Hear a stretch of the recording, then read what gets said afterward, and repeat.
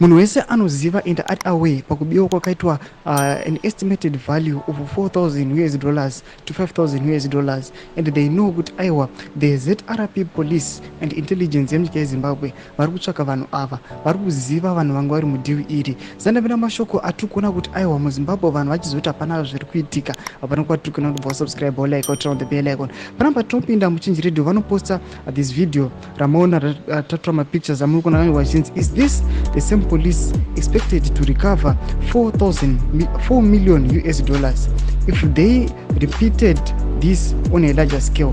Panapa vanoposta video ramuri kuona mapictures riri kutanga kuona uyo mukomana murume akapfeka red ari kusvika pamapurisa and then osvitsa vondotambidzana mari vachiita chioko mumwe inonzi corruption yamuri kuona kuti aiwa uyu ane red anga ane mhosva yabatiwa nayo nevakomana veZRP.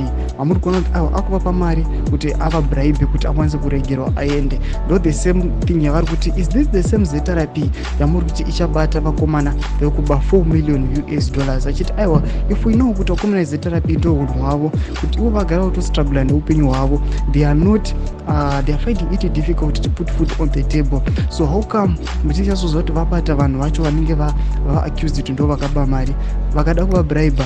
There are more chances yekuti vakomana vabvume the bribery, varege kuburitsa nhau yacho to the public kuti tavabata, but vangofunga nezvekumba kwavo kuti aiwa hapana patingabata vanhu ava pasina iriti netinowana mumafamilies edu. Zvitiko mashoko ari kubuda ichiexpresswa nevanhu atikona muchanji redhi vari kuti aiwa kana vakasachinja hunhu hwavo vakomana veZRP hapana kwatinenge tichienda. Tuzive mafunguro enyu muti kudii pamusoro pechiitiko ichi. Aiwa pinda comment section medu, musana subscribe or like, turn on the bell icon.